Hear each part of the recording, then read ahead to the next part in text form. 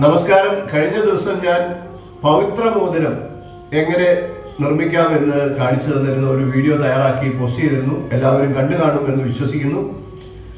ഇന്ന് ഞാൻ കൂർച്ചം എങ്ങനെയാണ് നിർമ്മിക്കുന്നത് എന്നാണ് പറയുന്നത്. മുൻവർഷങ്ങളിൽ കർക്കിടക വാവ് ബലിക്ക് മുംബൈ ബോയ്സർ അയ്യപ്പ ക്ഷേത്രവുമായി ബന്ധപ്പെട്ടിട്ടുള്ള അയ്യപ്പ പൂജാ മണ്ഡൽ ഭാരവാഹികളുടെ നേതൃത്വത്തിൽ നടത്തിയിരുന്ന കർക്കിടക വാവ് ബലി പൂജയ്ക്ക് കർമ്മിയായിട്ട് ഞാൻ പോയിട്ടുണ്ട്. അവർ തന്ന നിശ്ചയമായിട്ടുള്ള സഹകരണത്തിന് നന്ദി പറഞ്ഞുകൊണ്ട് ഞാൻ വീഡിയോയിലേക്ക് കടക്കുകയാണ്. ഈ വർഷവും ബോയ്സർ അയ്യപ്പ പൂജാ മണ്ഡലിന്റെ ആഭിമുഖ്യത്തിൽ ഓൺലൈൻ സംവിധാനം ഒരുക്കി പ്രയോജനപ്പെടുത്തിക്കൊണ്ട് എല്ലാവർക്കും വീട്ടിലിരുന്നു കൊണ്ട് തന്നെ പൂജ ചെയ്യുന്നതിനുള്ള കാര്യക്രമങ്ങൾ ഭാരവാഹികൾ ചെയ്യുന്നുണ്ട് എന്ന് അറിയിച്ചിട്ടുണ്ട്. അപ്പോൾ എല്ലാവർക്കും ഇപ്രാവശ്യം വീട്ടിലിരുന്നു കൊണ്ട് തന്നെ പൂജാ കാര്യങ്ങൾ ചെയ്യുക. അപ്പോൾ അതിനുള്ള സംവിധാനം അവിടെ തയ്യാറാക്കുന്നുണ്ട്. കൂടാതെ എൻ്റെ സുഹൃത്തുക്കൾക്ക്, നാട്ടിലെ എല്ലാ സുഹൃത്തുക്കൾക്കും ഇപ്പോൾ ഈ കൊറോണ പോലുള്ള മഹാമാരി നേരിടുന്ന അവസരത്തിൽ വെളിയിൽ പോയി നമുക്ക് ബലികർമ്മം ചെയ്യാൻ ബുദ്ധിമുട്ടാണ്. അതുകൊണ്ട് തന്നെ വീട്ടിൽ സ്വന്തമായിട്ട് ബലി ഇടാനുള്ള തയ്യാറെടുപ്പ് നടത്തിക്കൊണ്ട് നമുക്ക് ഈ വർഷം എല്ലാ പിതൃക്കളെയും നമുക്ക് പൂജിക്കാം. അതിനുള്ള തയ്യാറെടുപ്പ് നടത്താനുള്ള ആദ്യ ഘട്ടമായിരുന്നു പവിത്ര മോതിര നിർമ്മാണം. ഞാൻ കഴിഞ്ഞ ദിവസം പോസ്റ്റ് ചെയ്തിരുന്ന വീഡിയോ. ഇന്ന് കൂർച്ചം എങ്ങനെ നിർമ്മിക്കാം എന്നുള്ളതാണ്. കർക്കിടക വാവ് ബലിക്ക് കൂർച്ചം ആവശ്യമില്ലാത്ത കാര്യമാണ്. കൂർച്ചം ഉപയോഗിക്കുന്നത് സാധാരണ ഒരു പിതൃവിനെ മാത്രം പൂജിക്കാൻ വേണ്ടിയിട്ടാണ്. കർക്കിടക വാവിന് നാം നമ്മുടെ 7 തലമുറയിലുള്ള പ്രത്യക്ഷമായിട്ടുള്ള നമുക്കറിയാവുന്ന നമ്മുടെ പിതൃക്കളെ പൂജിക്കുകയും അതുകൂടാതെ തന്നെ ഋഷീശ്വരന്മാർ തുടങ്ങി എല്ലാ ഈ ഭൂമുഖത്ത് ജീവിച്ച് മരിച്ച എല്ലാ പിതൃക്കളെയും ചേർത്താണ് നാം വാവുബലി ഇടുന്നത്.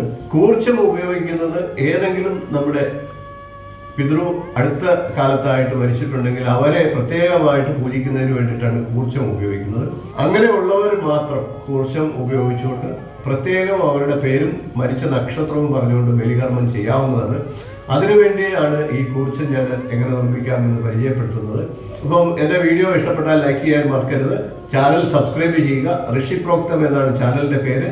സബ്സ്ക്രൈബ് ചെയ്ത് ബെൽ ബട്ടൺ ഓൾ ക്ലിക്ക് ചെയ്താൽ ഞാൻ തുടർന്ന് നടത്തുന്ന എല്ലാ വീഡിയോകളും നിങ്ങൾക്ക് ലഭിക്കുന്നതാണ്. അടുത്ത ദിവസങ്ങളിൽ കർക്കിടക വാവ് ബലി എങ്ങനെ ചെയ്യാം അതിനുള്ള തയ്യാറെടുപ്പ് എന്നുള്ള ഭാഗത്തിലാണ് ഈ വീഡിയോ. കർക്കിടക വാവ് ബലി എങ്ങനെയാണ് ചെയ്യേണ്ടത്, സിമ്പിളായിട്ട് ചെയ്യാൻ നിങ്ങളെ ഓരോരുത്തരെയും പഠിപ്പിക്കുന്ന രീതിയിൽ ഞാൻ വീഡിയോ തയ്യാറാക്കി പോസ്റ്റ് ചെയ്യുന്നതാണ്. എല്ലാവരും കാണുക. 3 ദർഭയാണ് കൂർച്ചത്തിനായിട്ട് നാം എടുക്കേണ്ടത്. 1 അടി നീളത്തിലാണ് കൂർച്ചത്തിനായിട്ട് മുറിക്കേണ്ടത്. ഞാൻ കഴിഞ്ഞ ദിവസം പറഞ്ഞതുപോലെ നഖം കൊണ്ട് മുറിക്കാൻ പാടില്ല. ഏതെങ്കിലും ലോഹത്തിൽ വേണം മുറിക്കാനായിട്ട്. ഇപ്രകാരം 3 ദർഭ എടുത്തിട്ട് കയ്യിൽ ഇങ്ങനെ പിടിച്ചതിന് ശേഷം അഗ്രഭാഗം ഒന്ന് വലത്തോട്ട് തിരിച്ച്, എപ്പോഴും പ്രദക്ഷിണമായിട്ട് വേണം തിരിക്കാനായിട്ട്. വലത് ഭാഗം ഇവിടെ അഗ്രഭാഗം മാത്രം ഒന്ന് തിരിച്ചതിന് ശേഷം കയ്യിൽ ഇങ്ങനെ ചുറ്റിയെടുക്കുക.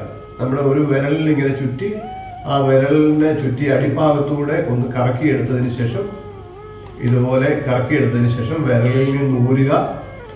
വിരലിൽ നിന്ന് ഊരിയതിന് ശേഷം ഇപ്രകാരം കൂർച്ചത്തിലേക്ക് ആ വിരലിലിട്ട ഭാഗത്തേക്കായിട്ട്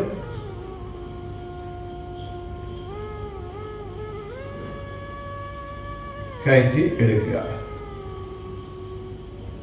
ഇത് ഒന്ന് ഭംഗിയാക്കി എടുക്കുക.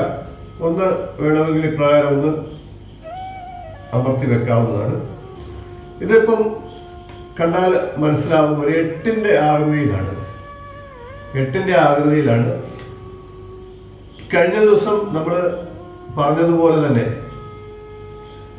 പവിത്ര മോതിരം ഉണ്ടാക്കിയതുപോലെ തന്നെ വലത്തോട്ട് വേണം തിരിക്കാനായിട്ട്. പിരിക്കുന്നതും വലത്തോട്ട് വേണം.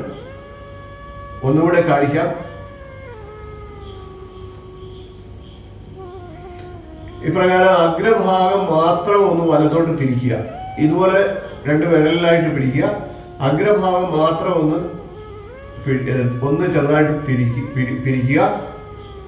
അതിനുശേഷം ഇതുപോലെ വിരലിൽ ഒന്ന് ചുറ്റി താഴോട്ട് എടുത്തതിന് ശേഷം ആ കൂർച്ചത്തെ ഒന്ന് കറക്കിയെടുക്കുക.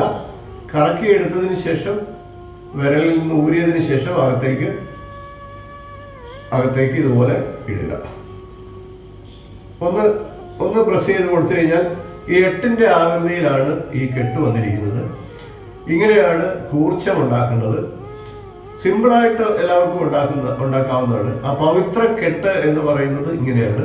8ന്റെ ആകൃതിയിൽ വരണം.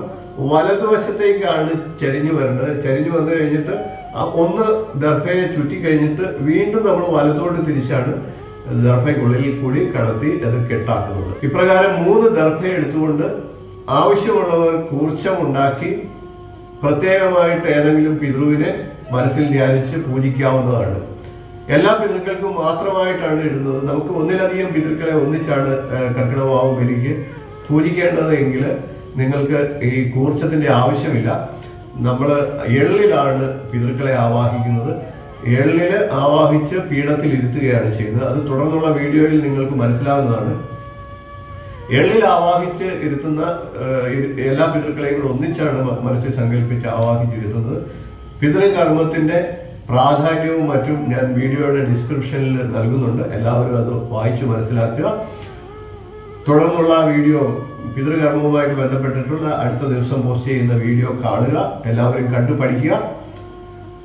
അടുത്ത വീഡിയോയുമായി കാണാം. നന്ദി, നമസ്കാരം.